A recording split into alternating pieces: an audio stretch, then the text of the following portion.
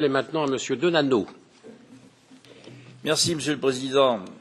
Merci au rapporteur du texte qu'il nous a proposé.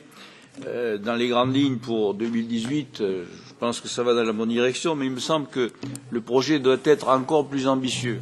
On sait comment les choses se terminent. Après le projet de la Commission, après l'avis du Conseil, et on sait très bien qu'à partir du document de base, on est très en dessous, au final, de ce qu'on a souhaité. Je pense qu'il faut effectivement préserver les politiques structurelles, politique de cohésion et la politique agricole commune. Ça me paraît être un fondamental tout à fait important. Et puis, bien entendu, la question du développement économique est une question tout à fait cruciale pour l'Union européenne. C'est l'entreprise, et particulièrement les PME et les ETI, qui créent l'emploi. De quoi ont besoin les entreprises? Elles ont besoin d'infrastructures d'accès, de routes, de rails, d'air et surtout de haut débit aujourd'hui, quels que soient les territoires où elles sont implantées. Elle a besoin de pouvoir faire de la recherche-développement pour pouvoir se réorienter et réorienter sa production. Elle a besoin aussi de main-d'œuvre qualifiée. Et là, on retrouve la question de la jeunesse.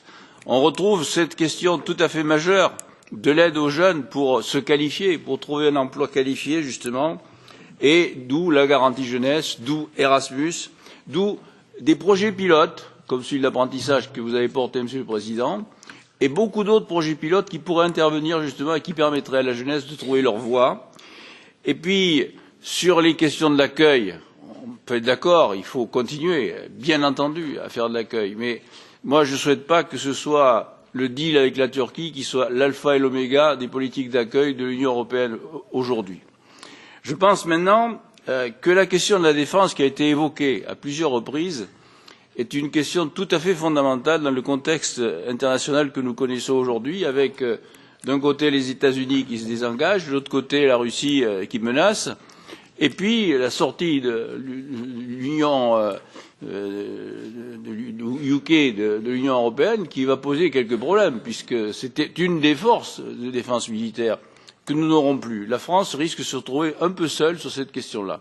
Je pense qu'il faut que nous ayons la lucidité de réfléchir aux questions de défense, comme l'a dit tout à l'heure Jan Geer. Mais tout ça, ça ne pourra pas se faire, passez-moi l'expression, avec des rondelles de carottes.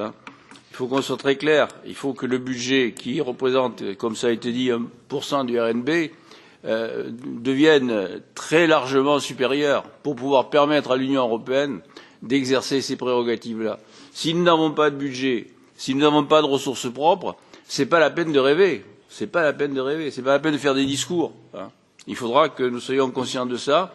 Et c'est, je crois, le point majeur sur lequel il faut que nous appuyions, sur la question des ressources propres.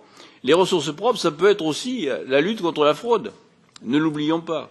Donc il y a tout un travail à faire dans cette direction. Et je crois que si nous avions un budget digne de ce nom, nous pourrions répondre à toutes ces problématiques, et notamment aux problématiques de développement économique, notamment aux problématiques de la jeunesse et aux problématiques de défense.